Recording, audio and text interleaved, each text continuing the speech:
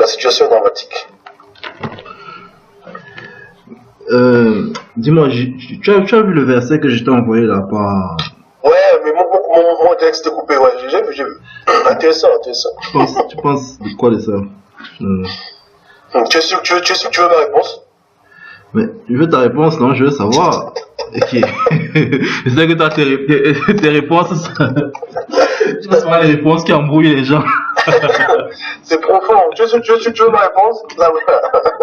Vas-y, essaye. Bon, prenons d'abord le verset où Jésus dit que ne touchez pas aux enfants parce que leurs anges voient la face de mon Père dans les cieux continuellement. Ouais. Comment est-ce qu'un ange... La phrase, ça veut dire quoi? La phrase, elle implique beaucoup de choses. Ça implique que, déjà, chacun des enfants qu'on connaît a des anges qui leur sont assignés, tu vois? Oui. On dit qu'il y a un enfant a un ange qui lui a assigné. Mais pourquoi est-ce que l'ange de l'enfant, lui, voit la face de Dieu? Parce que l'enfant étant pur, tu vois ce que je veux dire, non? Oui. On dit que pour voir Dieu, il faut avoir le cœur pur, tu vois ce que je veux dire? Bien sûr. Donc, comme l'enfant est pur, son ange voit la face de Dieu. Maintenant, puisque c'est souvent l'enfant qui voit ça, c'est qu'un enfant qui grandit, qui vieillit, qui se souille, Oui. son ange ne voit plus la face de Dieu.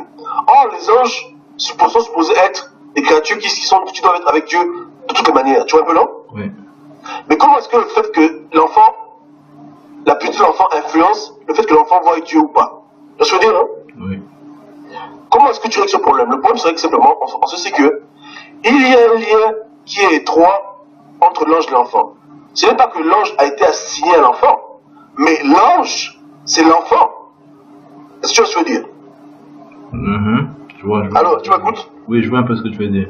C'est-à-dire que l'esprit de l'ange, c'est l'esprit de l'enfant. C'est-à-dire que quand un homme est créé, automatiquement aussi, il est créé avec plusieurs esprits, ou bien je sais pas. Je ne connais pas les détails, mais c'est sûr que quand on est créé, on a aussi un esprit qui est angélique. Tu vois ce que je veux dire, non? Oui. Et l'esprit qui est angélique, comme c'est nous-mêmes aussi, forcément il nous ressemble. Sauf que lui, il est pur parce que lui, il est la liaison entre nous et Dieu. Tu vois ce que je veux dire? Oui. Donc, le fait que la femme m'a dit que c'est l'ange de Pierre, parce que les Juifs avaient aussi des connaissances qu'ils passaient de génération en génération, non pas à l'écrit, mais aussi de façon orale, tu vois? Oui. Donc, dans la tradition orale, il y avait des connaissances que les Juifs avaient sur les anges, à quoi ils ressemblaient, etc. Et ils avaient déjà remarqué que l'ange d'une personne ressemble à la personne. Oui. Bon, c'est-à-dire que si toi tu as une cicatrice, l'ange n'a pas une cicatrice, mais l'ange, c'est un reflet parfait de ta personne, tu vois? Oui. Maintenant, on va entrer en profondeur maintenant. C'est profond, hein? Ouais. Tu sais, il y a une différence entre le Saint-Esprit et le Saint-Esprit. Explication. Il y a beaucoup de Saint-Esprit. Et il y a un Saint-Esprit. Un exemple simple. Un ange, c'est un esprit, non? Oui, bien sûr. S'il est de Dieu, il est saint, non? Oui. Ça fait Esprit Saint. Oui, je comprends. Tu vois ce que je veux dire, hein? Oui. Maintenant, il y a l'esprit de Dieu lui-même. Tu vois un peu, non? Oui. Et que Dieu lui-même a un esprit. Parce qu'on dit que l'esprit, donc l'esprit de Dieu lui-même avec un grand S, un grand E. Tu vois ce que je veux dire, non? Oui. Voilà. Maintenant, suis-moi maintenant. Un exemple simple. Dans la Bible, il y a les deux exemples, mais le problème c'est que comme si tu ne fais pas ce genre de choses, tu vas confondre les deux. Si un homme, par exemple, vend des voitures, n'est-ce pas? Oui. On va dire que si tu vas chez lui, tu dis bon, montre-moi tes voitures. Bon, il te montre ta voiture, tu dis ah, ça c'est la voiture du monsieur, ok? Maintenant, il vend des voitures, mais lui-même il a sa propre voiture officielle qui appartient à lui-même, qui n'est pas à vendre. Tu vois ce que je veux dire, non? Oui, je vois. Donc quand tu dis que non, la voiture de tel, il faut que tu distingues. C'est la voiture de tel qu'il vend ou la voiture de tel qui est sa voiture propre. Tu vois? Oui. Donc, voilà dans un mystère. C'est-à-dire que quand tu nais de nouveau, ou bien quand tu es pur, Dieu te fait naître sur plusieurs plans. Tu nais sur le plan physique, tu as un corps, tu comprends? Oui. Tu nais aussi sur le plan spirituel, tu as un esprit, tu vois. Oui. Ton esprit a une nature qui est angélique, tu vois. Oui. Mais le problème, c'est que cet esprit-là, dès que tu commences à faire le péché, le mal, il s'en va. Parce qu'il n'aime pas la souillure. Tu vois ce que je veux dire? Oui. Maintenant, quand tu nais de nouveau, Dieu te le redonne maintenant et Dieu te scelle avec cet esprit maintenant. Oui. Parce que cet esprit, c'est l'enfant de Dieu. Comme tu sais que la chair donne vie à la chair, l'esprit donne vie à l'esprit. Tu vois ce que je veux dire, non? Oui. Donc, quand Dieu te dit que tu nais de l'esprit, c'est que tu nais et Dieu maintenant te redonne ta nature angélique et il te redonne l'esprit de Dieu que tu avais perdu. Il te le redonne maintenant. Oui. Tu vois? Oui. Et maintenant, cet esprit-là, comme c'est le tien, forcément, vous ressemblez, vous avez des trucs en commun. Parce que c'est toi, en fait.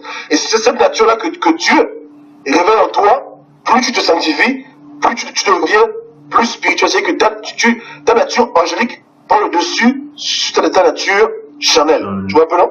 Oui. Voilà pourquoi, au fur et à mesure que tu grandis spirituellement, tu commences à opérer sur le plan de l'esprit parce que tes capacités spirituelles s'élèvent. C'est un peu comme quand tu as un corps. Avec le corps, tu peux courir, tu peux danser, tu peux manger. L'esprit, c'est pareil. L'esprit aussi a des yeux, l'esprit aussi a une bouche, l'esprit aussi a des capacités qui sont spirituelles. Au fur et à mesure que l'esprit de Dieu prend en toi le contrôle, Oui. tu commences maintenant à devenir plus un ange qu'un homme. Tu vois ce que je veux dire, non? Oui. Oui. Donc, Maintenant, il y a des passages qui s'opposent à cela lorsque Paul dit par exemple que plusieurs dons un seul esprit. Mais comme je dis toujours aux gens, Paul ne savait pas tout. Paul lui-même aussi était en train d'étudier, il ne connaissait pas tout. Mais quand tu vois bien le phénomène, oui. tu vas te rendre compte qu'il y a une distinction entre l'esprit de Dieu lui-même et l'esprit que Dieu donne aux gens. Par exemple, quand Jésus-Christ, quand les apôtres voulaient jeter le feu du ciel, Jésus a dit non, non, non. Oui, oui, Vous ne savez pas de quel esprit vous êtes animé. Je t'appelle la phrase là, non? Oui, je connais très bien. Voilà. Maintenant, comment se fait-il que Jésus a dit ce genre de choses alors que dans la tête des gens, il n'y a qu'un seul Saint-Esprit? Tu vois? Je vois ce que Non. Il n'y a pas un seul Saint-Esprit. Il y a plusieurs Saint-Esprits. Il y a un Saint-Esprit, c'est vrai, il y en a plusieurs. Donc, selon la manière à laquelle Dieu veut que les hommes soient, Dieu donne aux gens une nature angélique qui est selon son plan. Donc, comme on est dans l'ère Jésus, Dieu donne l'esprit que Jésus veut connaître. Maintenant, l'esprit de Dieu est en relation directe avec l'esprit de Dieu. C'est-à-dire qu'il y a une connexion entre Dieu et ton esprit par l'esprit. Donc, l'esprit du Christ et ton esprit à toi, ils forment aussi une seule entité.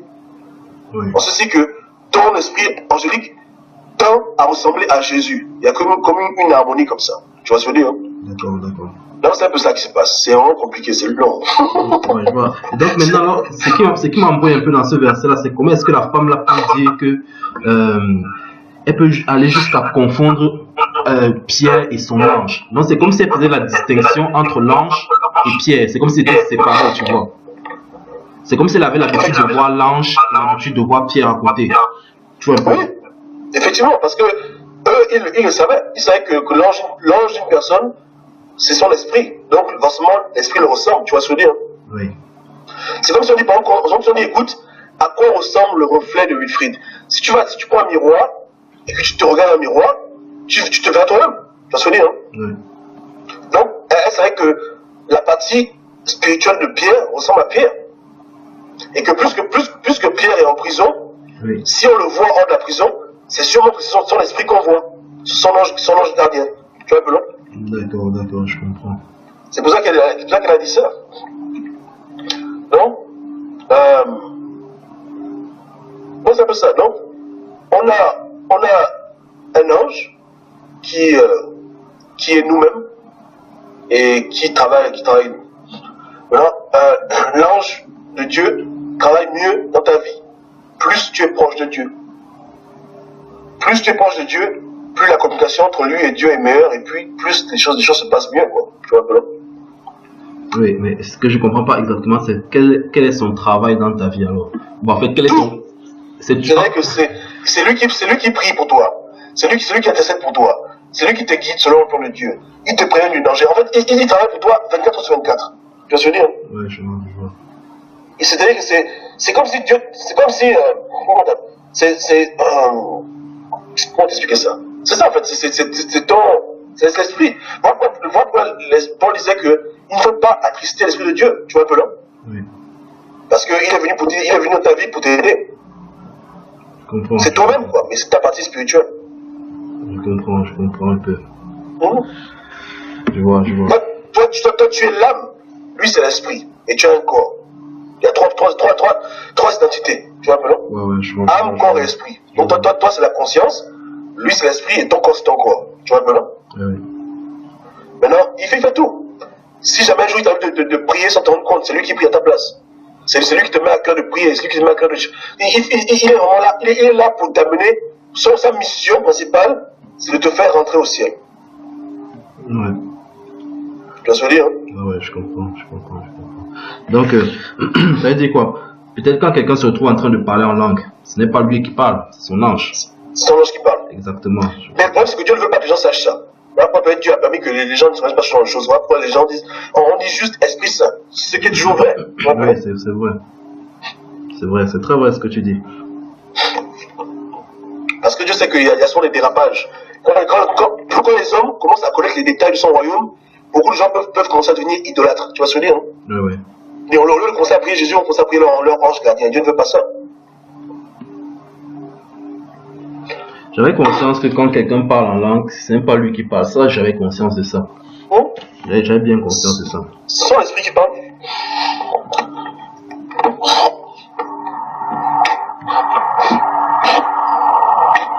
C'est l'esprit qui parle. Et c'est l'esprit-là c'est l'esprit. Là, quoi. Tu vas se dire, c'est l'esprit qui parle, qui fait ça. Donc maintenant, regarde, quand tu t'endors et que tu te retrouves dans le monde spirituel, c'est ton âme ou bien c'est ton esprit maintenant? Justement, c'est-à-dire qu'il y a deux choses maintenant. Oui. Ça peut être, c'est ton âme et un esprit. Maintenant, ça peut être l'esprit de Dieu ou l'esprit du diable. Parce que l'âme ne peut pas se déplacer. Pour que l'âme se déplace, il lui faut un corps spirituel. Tu vois ce que je veux dire? Oui. Donc, soit c'est l'esprit de Dieu qui te déplace, soit c'est un démon qui te déplace. Oui. Dans la sortie astrale, c'est deux choses. Soit c'est Dieu, soit c'est le diable.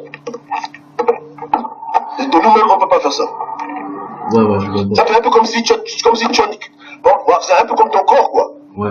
Tu peux aller dans ta maison sans ton corps, tu vois ce que je veux dire, non? Ouais, je comprends. Donc, soit tu utilises un véhicule, par exemple une chaise roulante, soit tu utilises l'avion, donc il te faut un moyen de déplacement. Tu vois ce que je veux dire, non? Oui. Donc c'est comme ça. Donc pour le moment spirituel, soit c'est l'esprit de Dieu qui te déplace, soit c'est l'esprit du diable qui te déplace. Donc en fait, quand tu t'endors et que tu te vois dans le monde spirituel, c'est ton esprit, n'est-ce pas? Oui, mais ça c'est deux choses. Soit c'est un esprit malin, oui, qui te prend, et tu vois ce que je veux dire, non? Oui. Soit c'est lui qui te prend. Tu comprends donc? Pour un enfant de Dieu, par exemple, s'il s'endort et qu'il se retrouve dans des mondes bizarres, il est possible que ce soit Dieu qui l'ait amené là-bas, soit le diable. Soit c'est le diable. Et si c'est le diable, c'est pour le déranger, bien sûr. Bien sûr. Regarde, ce que le diable a fait à Jésus là, oui. le diable le fait tout le temps aux gens. Oui, c'est vrai. On dit qu'il a appris Jésus ici, il a soulevé le monde. Tout, tu vas se dire, non? La transporter. Donc, s'il peut le faire physiquement, il le fait spirituellement. Satan peut venir tirer un enfant de Dieu pour l'amener quelque part pour le fatiguer. Ouais. Ça arrive à beaucoup de gens. Et qui peuvent, et puis à un moment donné, il sent comme si quelqu'un le tire.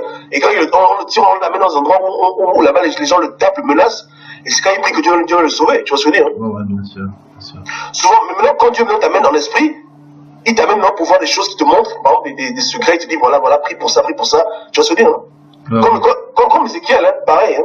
Oui, des trucs comme ça, moi, depuis que je fais les jeunes spirituels, là, je sens aussi des trucs comme ça qui m'arrivent. Oui. Et que moi, une fois, ça m'est arrivé que Dieu m'a pris en esprit pour me faire prier dans une maison où il y avait des vaudous, tout ça. en esprit. Et Dieu m'a fait casser les hôtels en esprit. Mais c'est des fois où le diable voulait me tirer par les pieds. Ouais, je vois. Et quand j'ai pris ça s'arrêtait. Donc, les esprits mauvais veulent jouer des gens dans le territoire.